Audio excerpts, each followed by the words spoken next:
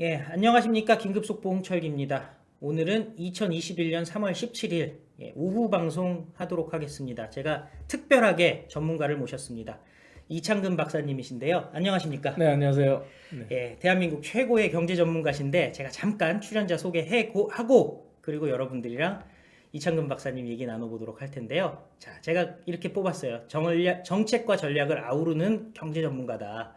이창근 박사는요, 현재 국민의힘 하남시 당협위원장이고 여의도연구원에서 부원장을 역임을 했습니다. 그리고 서울대학교 연구 부교수, 계속 서울대학교에서 강의는 하고 계시고요. 그리고 서울대학교에서 경제학 박사를 취득하신 대한민국 최고의 경제 전문가는 사실은 더 유명한 분들이 많은데 네.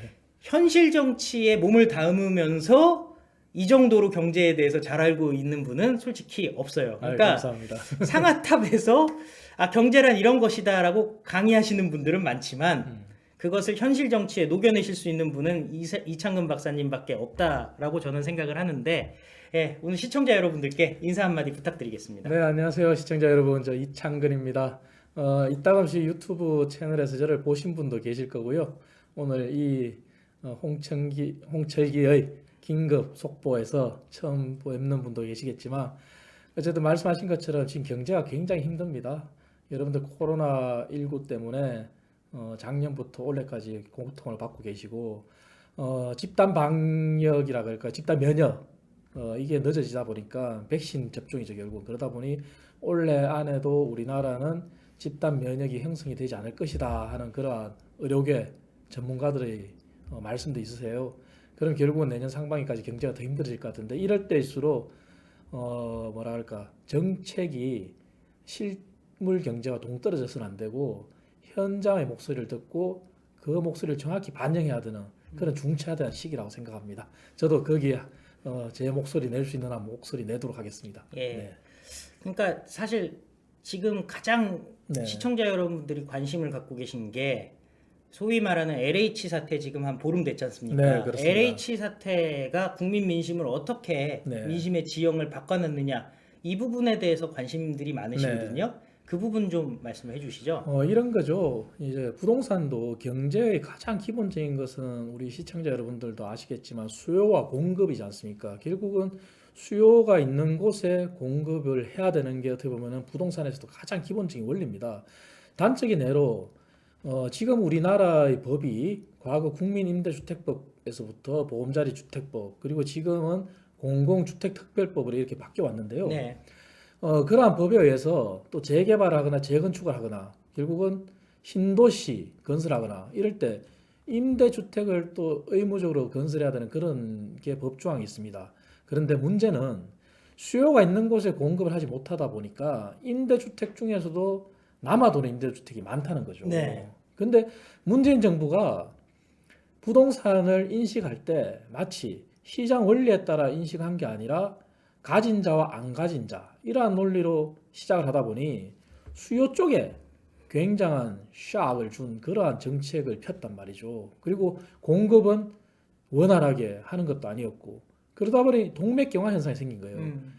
그 난데없이 들고 나온 게 2018년 12월에 3기 신도시라는 거 들고 나왔지 않습니까? 근데 그 3기 신도시가 아까 말씀드린 대로 원하는 곳에 공급을 하는 게 아니라 자꾸 그린벨트를 풀고 환경 보호를 해야 되는 그러한 지역에 신도시를 대규모 건설하겠다. 물론 그 지역 중에는 굉장히 서울과 밀접하게 가까이 있고 그러한 부분도 있긴 있어요. 하지만 2기 신도시가 완공이 되기도 전에 3기 신도시를 발표를 하고 근데 국민들은 어쨌든 정부가 하는 일이니 그 3기 신도시에 계신 분들은 신도시 계신 분대로 또 부동산의 수요를 원하는 사람들은 정부의 정책이 그렇게 이상하게 흘러가다 보니 지금 집을 안 사면 영원히 못 살 것 같다. 그래서 나온 얘기가 영끌이라는 용어도 나오지 않습니까? 예. 그런 와중에 3기 신도시가 국민을 위한 신도시가 아니라 물론 다 그런 건 아니겠지만 그들만을 위한 신도시가 돼버린 거 아니겠습니까? 예. 그러니까 알 수가 없어요. 과연 몇 명이 그러한 신도시 고급 정보를 이용해서 투기를 하고 국민들을 위한다고 했지만 국민들이 정책에 실망을 하고 국민들이 희생양이 당하는 그러한 느낌을 준 정도로의 자체적인 투기.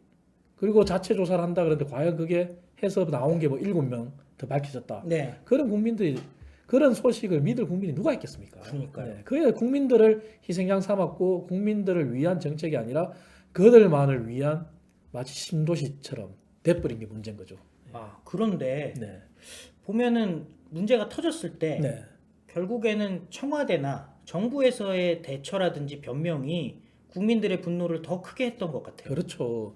우리 윤석열 전 검찰총장께서 하신 말씀을 여러분들 다 기억하실 겁니다. 과거에도 1기 신도시나 2기 신도시나 이런 문제가 있었어요. 왜?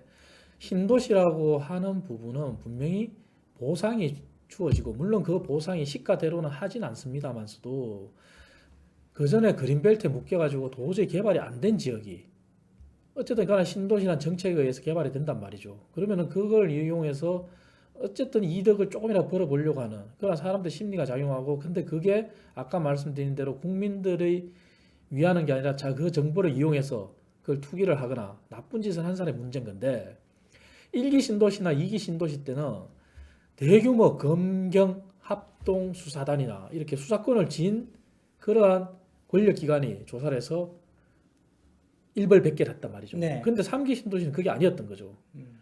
그러한 문제가 생겼는데 정부가 내세운 거는 마치 고양이에게 생선 가게를 맡기는 것처럼 국토부 장관이라는 사람은 변창흠 장관은 사실 그 자리에 올라서서는 안 될 사람이었는데 여러분도 아시다시피 청문회 과정에서도 얼마나 많은 문제가 있었습니까? 아주 단적인 예로 세금 체납, 차량 압류 더 얘기 안 해도 그것만 보더라도 일단 공직자로서의 자격이 없는 거죠. 그런데 그분도 역시 부동산 매매와 관련돼서 카드사의 뭐 대출까지 그런 얘기도 여러분 다 들으셨지 않습니까? 그런 사람한테 주도권을 주고 국토부가 주관이 돼서 다 하라고 하니 국민들이 용납을 못하는 거죠. 그리고 멀쩡한 검찰을 무장해제시키고 뒤늦게 선거가 급했는지 우리 박영선 민주당 후보는 특검을 하자. 그 특검을 하기 전에 미리 검찰에서 할 수 있는 검경 수사권 조정이라고 해서 검찰의 모든 수사권을 뺏어갔지만 이것은 부패 범죄로 볼 수 있단 말이죠. 그렇다면 검찰에서 대규모로 검찰이 가지고 있는 모든 역량을 집결해서 수사를 하는 게 타당한 거지 특검하기 위해서 지금 보십시오. 그 말이 나왔는지 얼마나 오래됐습니까? 그럼 야당의 주장도 한번 좀 들어보고 검찰 주도로 대규모 수사단을 꾸려서 수사를 하고 만약에 거기서 미진하다면 그때 가서 부족한 부분을 채우는 것이 특검이라고 보는 거죠. 근데 정부는 자체 조사하겠다. 자체 정부 합동 조사단을 꾸리겠다. 이러면서 벌써 허비된 시간이 이미 증거인멸이나 모든 게 다 없어질 상황에 왔다는 거죠. 그리고 윤석열 총장처럼 사람을 쫓아가는 수사가 돼서는 안 된다는 거죠. 대상 물건, 부동산, 목적물과 그 물건에 투입된 자금을 쫓아야지만 정확하게 찾을 수 있다. 그거에 바로 검찰의 시각에서 봤을 때 수사를 아는 사람이 하는 건데 국토부가 무슨 수사권이 있겠습니까? 그래서 잘못됐다는 거죠. 그리고 나서 관련돼서 이제 난리가 났던 내용이 네. 그 양산 사저부지에 대해서 네네. 결국에는 뭐 11년 동안 농사를 지었다더라. 뭐 이런 얘기 갖고서는 그 문재인 대통령이 한 얘기가 네. 좀 좀스럽고 민망하니 그만 좀 하세요. 이렇게까지 얘기를 했거든요. 이것도 국민 민심에 굉장히 악영향을 끼쳤을 것 같아요. 그렇죠. 대통령이라면은 그 나라를 대표하는 사람이고 결국 대통령의 품격. 그래서 미국은 이런 말이 있지 않습니까? 프레지던트가 있고 프레지던시라는 말이 있는데 네. 대통령이 중요한 게 아니라 대통령이 가지는 지위에 대해서 굉장히 엄격하게 보는 게 선진국의 시각이에요. 그렇게 본다면은 문재인 대통령의 이번 발언은 과연 대통령직에 있는 사람으로서 할 수 있는 발언인가? 그것은 우리가 고민을 할 수밖에 없는 대목이 이런 거죠. 그 민주당 쪽에서는 불법적인 게 없다라고 얘기하는데 사실인가요? 불법적인 게 있고 없고는 그것도 만약에 수사가 필요하다면 수사를 해서 밝혀질 일이지만 예. 그걸 떠나서 그렇죠. 대통령직에 있는 사람으로서 예. 대통령직에 정말 합당하지 않는 그러한 워딩이 오히려 국민적인 공분을 살 뿐인 거죠. 그리고 사실 저는 네. 좀 씁쓸하다고 생각한 게 네. 그 대통령에게는 합법이냐 불법이냐를 따지는 게 아니라 그래도 일반 국민들보다는 그 정도 자리에 있으면 도덕적으로 훨씬 더 우위에 있어야 되는 거 아니에요? 기본 아닐까요? 그렇습니다. 그게 바로 제가 말씀드린 대통령직이 가지는 고귀함.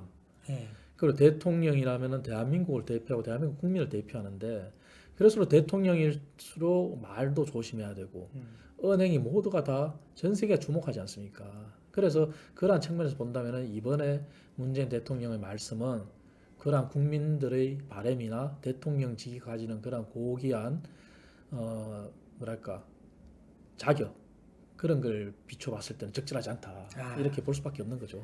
자, 일단 잠깐만요. 네. 이게 허리를 조금 펴시고 네. 제가 카메라가 이게 직원이 많으면 이렇게 잡아라 네. 저렇게 잡아라 할 텐데 그게 안 돼가지고 네. 허리를 좀 피시고 네. 좀 여유 있게 방송을 좀 하면 좋겠어요. 네. 근데 사실 지금 결국에는 국민들의 분노가 지금 하여튼 하늘 끝까지 닿은 상황 아니겠습니까? 네, 맞습니다. 근데 지금 보면은 왜 저 사람들은 지금쯤 국민한테 그러니까 예를 들어 어제 한 문재인 대통령의 사과라는 게 국민들 입장에서는 사과는 아니잖아요. 그렇죠. 본인은 잘못 없다. 네. 이제 적폐를 지금부터 잡겠다. 뭐 네. 이런 식의 얘기인데 도대체 왜 이렇게 국민 일반 감정이랑 다른 메시지가 나오는 걸까요? 그건 결국 국민들의 뭐랄까 생각이나 국민들의 민생이나 이런 것과 동떨어져 있다고 봅니다. 저는 먼저 네. 가장 그게 상황 인식에 대한 부분이 가장 크다고 보고요. 그러다 보니까 우리 부동산 얘기를 오늘 하고 있는데 부동산 정책만 보더라도 이 문재인 정부는 꼼짝달싹하지 않는 정부지 않습니까? 예. 그리고 기껏 내놓은 이사 대책이라 하는 것도 보면은 지난 4년 동안 공급에 대한 목소리를 그렇게 키웠는데 내놓은 대책이라고는 신도시 대책. 그런데 아까 제가 뭐라 그랬습니까? 부동산의 가장 기본적인 경제학 원리는 수요가 있는 것이 공급이 돼야 된다는 부분인데 그렇죠. 신도시 대책을 내놓고 우린 다 했다 이렇게 했어요. 그러다가 이제는 서울 지역에 정말 사람들이 원하는 지역, 수요가 있는 곳에 공급을 해야 된다 그렇게 하니까 여론에 못 이겨서 밀린 듯한 대책이 나온 게 바로 이사 대책이고 근데 그 대책이 뭡니까? 공공주도 트랙으로 재개발 재건축 하겠다는 거지 예. 않습니까? 그러니까 아까 말씀드린 대로 대통령의 그런 워딩이나 그런 말씀이 민심을 못 읽고 민생을 제대로 꿰뚫어 보지 못하고 하다 보니까 그러한 말이 나온 거고 정책도 그러한 전혀 현실과 동떨어진 정책이 나올 수밖에 없는 거죠. 여러분들 생각해 보십시오. 이사 공공주도 트랙에 재건축 재개발한다. 이제 문재인 정부 불과 얼마 남았습니까? 1년이 채 남지 않았어요.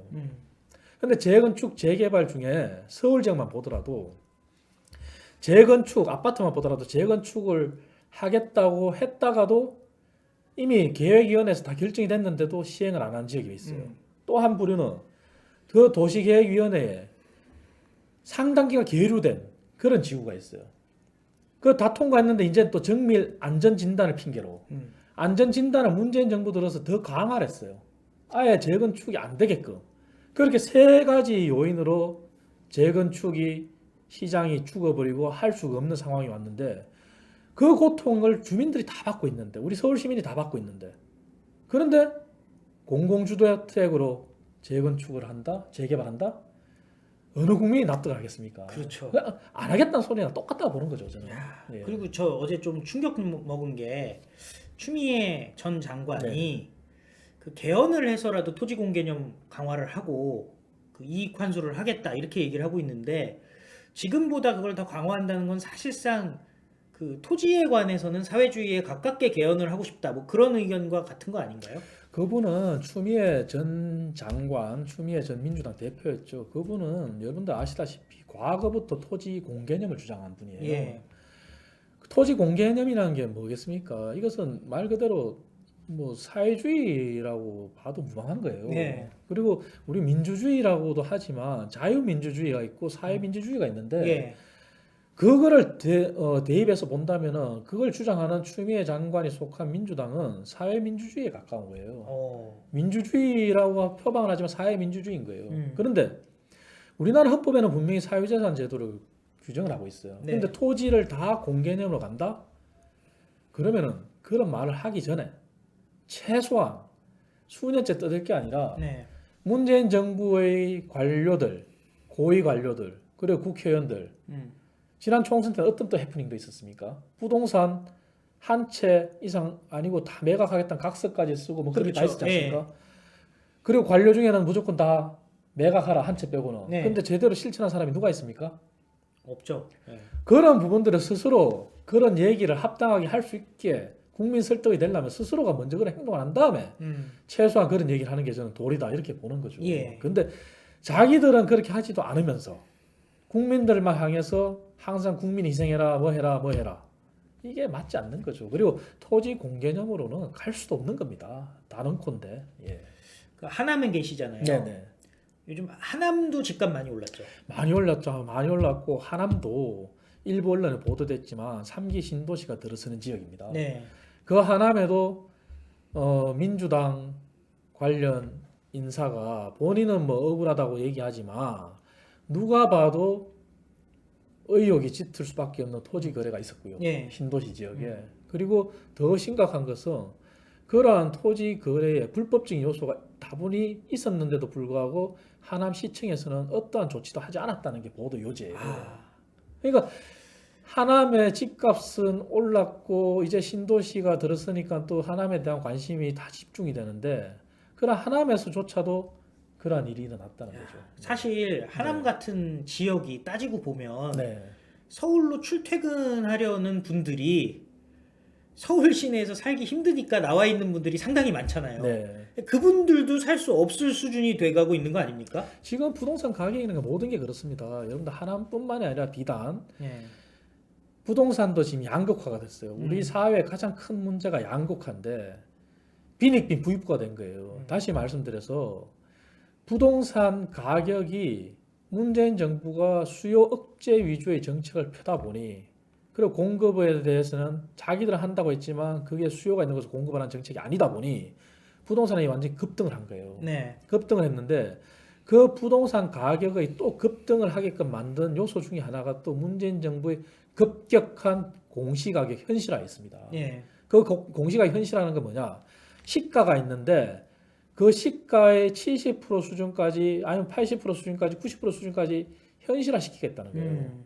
그러면은 안 그래도 시가는 올라가고 있는데 공시가격이 현실화된다는 것은 모든 세금을 내는 거나 4대 보험과 같은 가장 단적인 예로 건강보험료나 그게 기준이 됩니다. 네. 그렇게 공시가격이 올라가면은 사람들은 공시가격이 올라감으로 인해서 내가 내야 될 세금이나 내가 추가로 내야 될 건강보험료를 그게 심리입니다. 경제의 심리. 예. 정가를 하게 돼 있습니다. 정가를 하게 되면 그게 월세든 전세든 정가가 되지 않겠습니까? 예.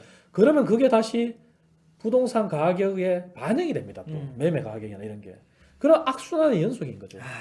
그러니까 부동산 가격은 문재인 정부의 잘못된 정책으로 끌어올린 면도 있지만 그 정책 중에 또 심각한 것이 공시가격 현실화니 재산세율, 보유세율 이런 세금이 과다하게 증가하다 보니 오히려 더 가격이 더 악순환 고리로 가는 그런 현상이 온 거죠. 그래서 부동산 가격도 가장 심각한 것이 지금 양극화 현상이다. 이렇게 볼 수 있는 거죠. 예. 참 어쨌든 민심은 지금 많이 떠나갔어요. 네, 네. 젊은 사람들도 떠나갔다고 네, 봐야죠. 네. 그런데 그럼 당장 이제 코앞에 닥친 게 선거니까 네. 뭐 일단 그 순서대로 하죠. 네, 네. 예, 일단 단일화 네, 어떻게 네. 진행되고 있는지. 단일화는 뭐 저도 국민의힘에 소속된 당협위원장으로서 제가 말씀드린다면은 단일화는 반드시 해야 되는 건 예. 맞습니다. 예. 그거는 더군다나 재보궐선거는 선거날이 휴일이 아니에요. 그러다 보니 조직 선거다 이런 말이 우리 흔히 있지 않습니까? 예. 단일화를 해야 되는 건 맞는데 단일화 협상이 지금도 진행 중으로 알고 있는데 문제는 오늘도 일부 언론에 보도되고 있지만 우리 안철수 국민의당 기호 4번을 달고 나오겠다는 분이죠.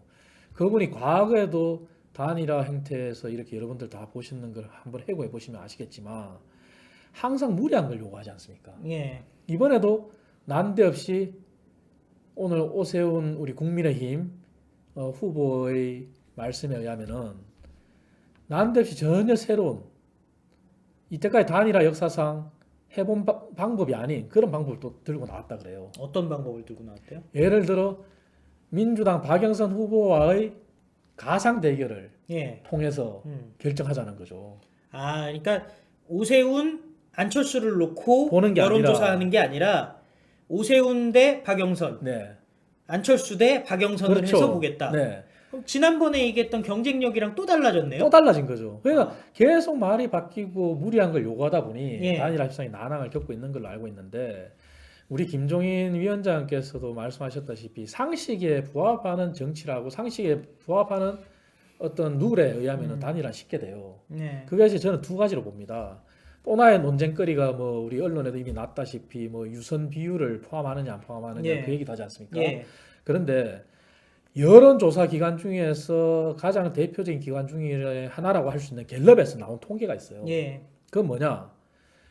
우리나라에 연령별로 다 놓고 봤을 때 한 25, 6% 정도가 무선 전화가 없는 분이 계세요. 예. 그 말은 다시 말씀드리면은 우리나라 헌법에서 보장된 선거권이나 피선거권을 가지고 본다면은 투표에 관한 권리는 모든 국민이 다 가지고 있는 거예요. 예. 그런데 그 국민들한테 인위적으로 투표권을 뺏을 수가 없는 거지 않겠습니까? 그것을 단일화에 그대로 적용을 시켜 보면은 표본을 뽑아야 돼요. 그죠?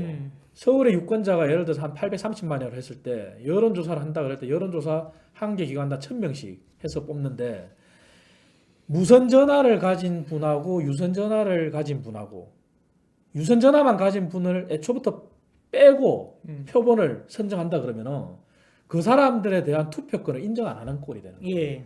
그러면 그 자체가 단일화를 위한 경선 과정도 민주적인 과정이고 그것이 투표에 의해서 할 수 없다 보니 시공간의 제약으로 여론조사에 의해서 단일화 하자는 건데 그 대상의 일부 사람은 유선 전화만 가진 사람을 제외하고 하겠다.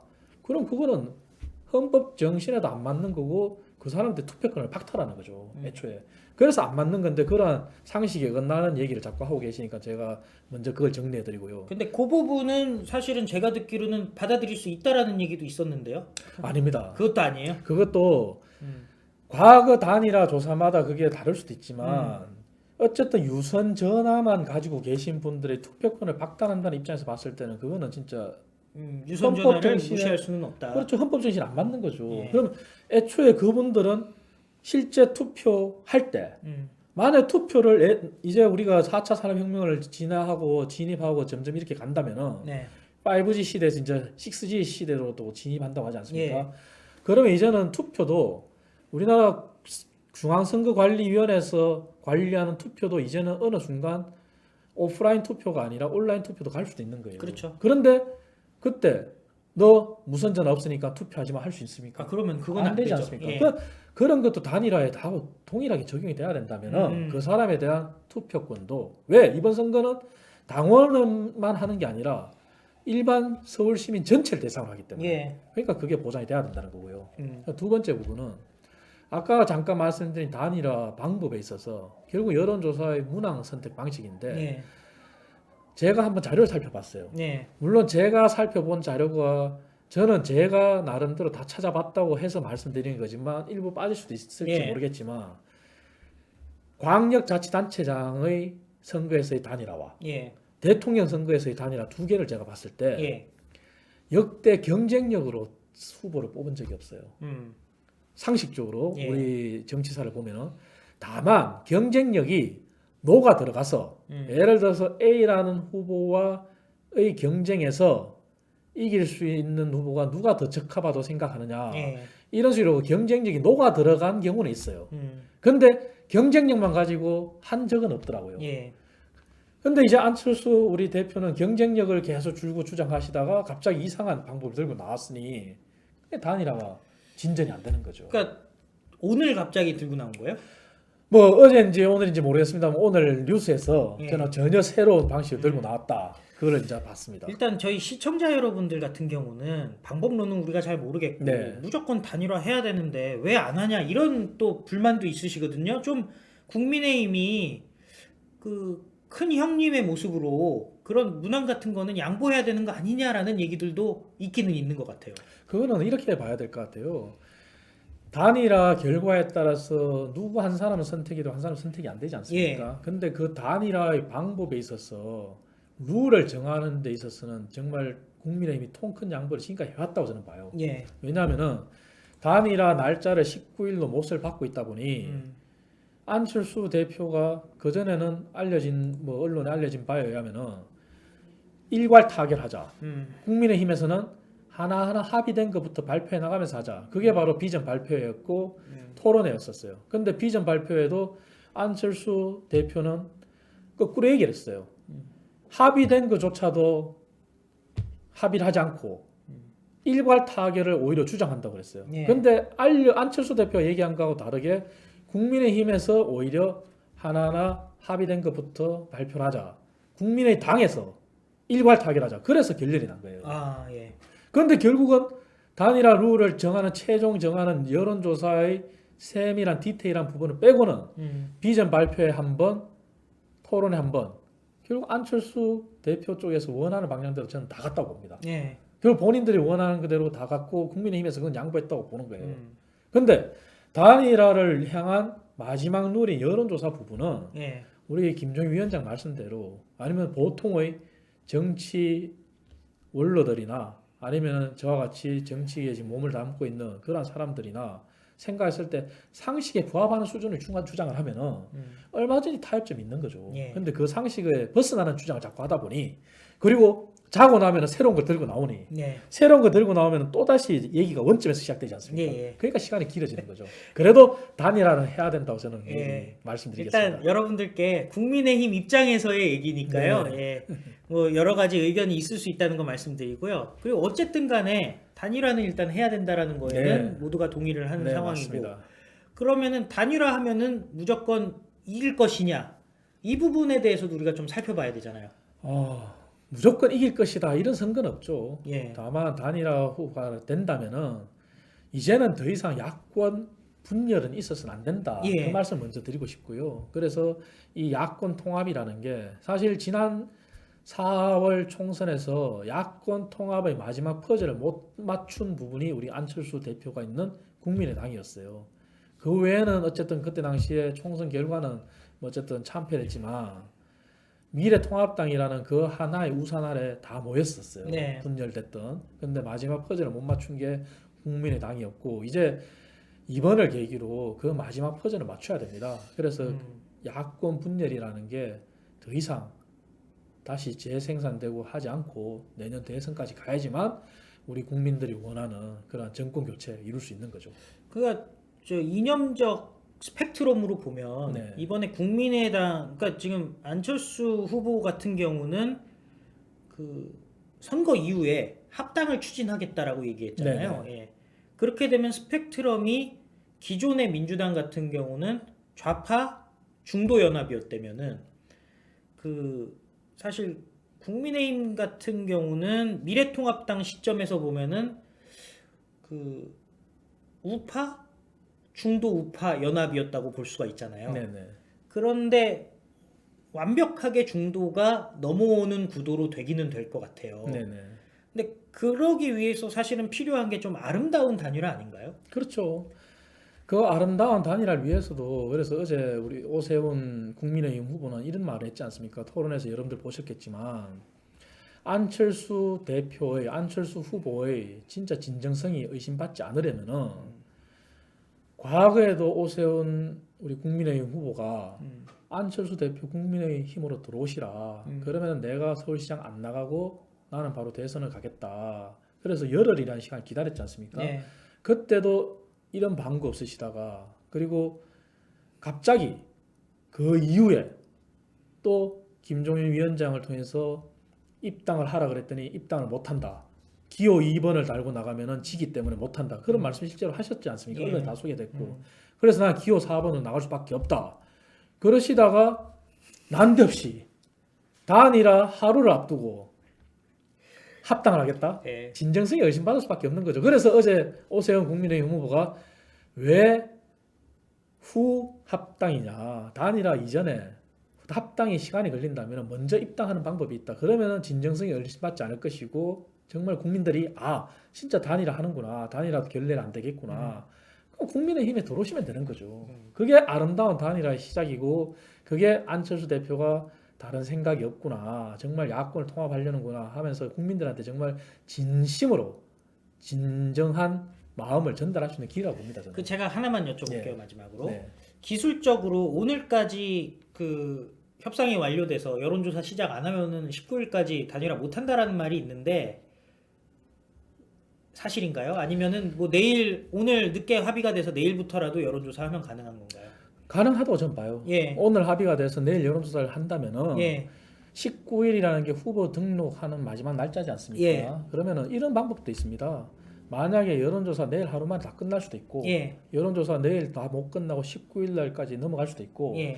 그럼 어쨌든 우리 오세훈 국민의힘 후보나 안철수 국민의당 후보도 다 후보 등록을 위한 준비는 해놓을 거지 않겠습니까? 그렇죠. 예. 그러면은 등록 시점 임박해서 발표가 된다면 음. 한 사람만 등록하는 것이고 그게 만약 늦어져서 등록 마감 시간을 못 맞춘다면은 등록한 다음에 후보 사퇴하는 방법도 있는 것이고 그래서 그거는 전혀 제약이 안 된다고 봐요. 다만 단일화에 대한 진정성 거기에 대해서 이제 뭐랄까 아까 우리 홍철기 우리 사회자께서 말씀하셨지만 국민의힘에서 제가 말씀을 드린다고 느끼실 수도 있겠지만 시청자 여러분들께서는 그 진정성이란 부분을 객관성으로만 본다면은 제 말씀이 어떤 건지 이해하실 거라 생각합니다. 뭐 네. 결국에는 그러면은 하여튼 내일까지 오늘까지 합의가 안 돼서 혹시 여론조사가 밀리게 된다면은 네. 원래 이제 그 안철수 후보 측에서 원했던 대로 네. 4번을 살릴 수 있는 기회도 생기겠네요.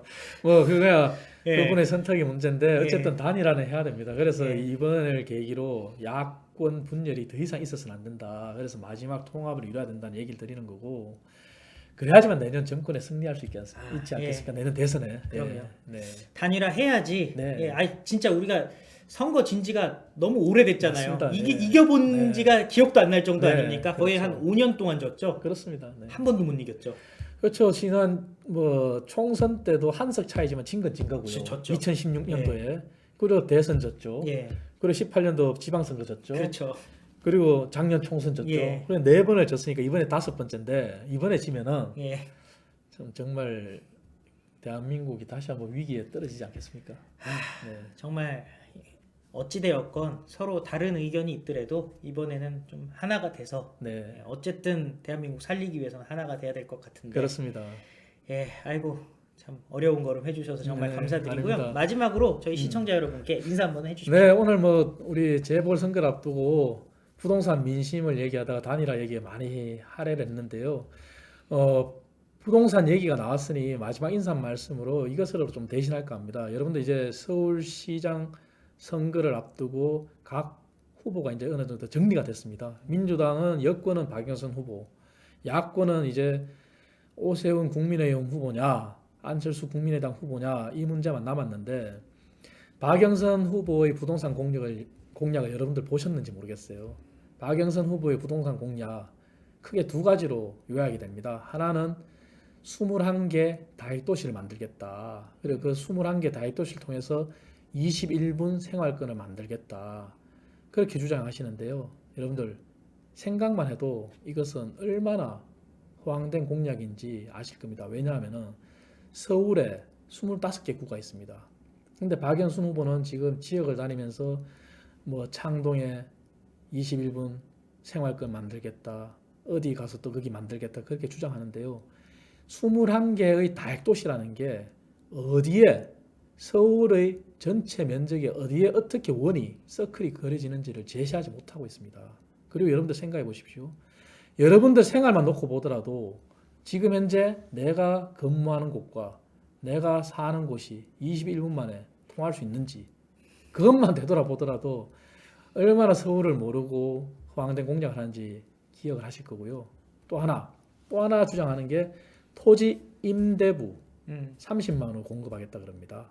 토지 임대부 30만 원 공급은요. 21개 다윗도시 못지않게 허황된 공약입니다. 왜 그러냐고요? 토지 임대부를 하려면은 서울시가 그러한 땅을 가지고 있어야 됩니다. 그런데 서울시가 그러한 땅이 없어요.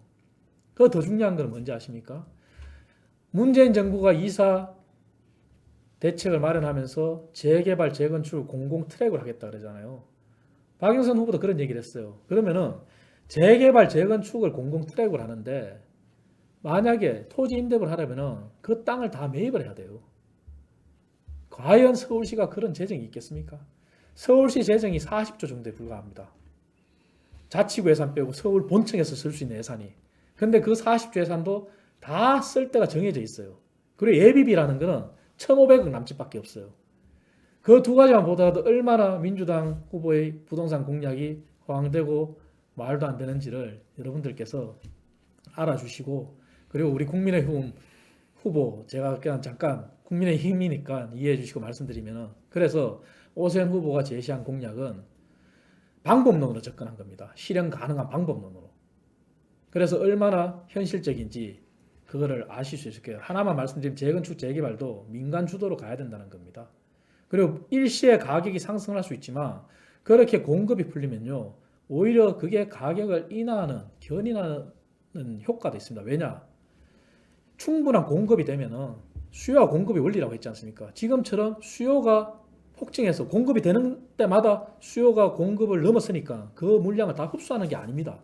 그러면 가격이 안정되는 효과도 분명히 있습니다. 그리고 공공에서 일부 공급을 꾸준히 하다 보면은 공공의 가격은 민간의 분양 가격보다 무조건 낮습니다. 그 자체도 부동산 가격을 인하하는 효과가 있습니다. 그래서 부동산 정책만 놓고 보셔도 어디를 뽑아야 되겠다는 이런 게 판단이 서실 겁니다. 그래서 여러분들 이번 선거는 부동산 민심에서 시작해서 LH 모든 게 부동산에 연결됐는데, 이제는 더 이상 우리 시민들, 국민들 민생에 피해를 주지 않는, 실증을 하지 않는 그러한 판단을 해주셨으면 감사하겠습니다. 예, 오늘 말씀 감사했고요. 네. 여러분들, 제가 그 긴급속보홍철기도 이렇게 전문가들 모시고 인터뷰를 자주 할 테니까요. 여러분들 많은 관심 가져주시기 바랍니다. 또 유튜브 채널이, 개인 유튜브 채널의 단점이 그 한 사람의 생각만 좀 강요하는 부분, 편향돼 있는 부분이 있는데, 이렇게 다양한 의견들 하면서 보다 폭넓게, 보다 객관적으로 세상을 바라볼 수 있는 눈 가질 수 있도록 노력할 테니까요. 여러분들 관심 많이 가져주시고, 그리고 지금 어쨌든 서울시장 선거, 다들 열심히 뛰고 있으니까 모두 한 마음 한 뜻이 돼서 어찌되었던 민주당 어떻게 이길 것인지 모두 한 뜻으로 모아주시고, 또 하남에 사시는 분들 특히 이창근 박사님 뭐 슈퍼 장 보다가 뭐 지나가다가 보시면요, 반갑게 인사하시고, 다음번에는 또 큰일 하실 분이니까 많은 기대 부탁드리겠습니다. 시청해 주셔서 정말 감사드립니다. 감사합니다. 네, 감사합니다.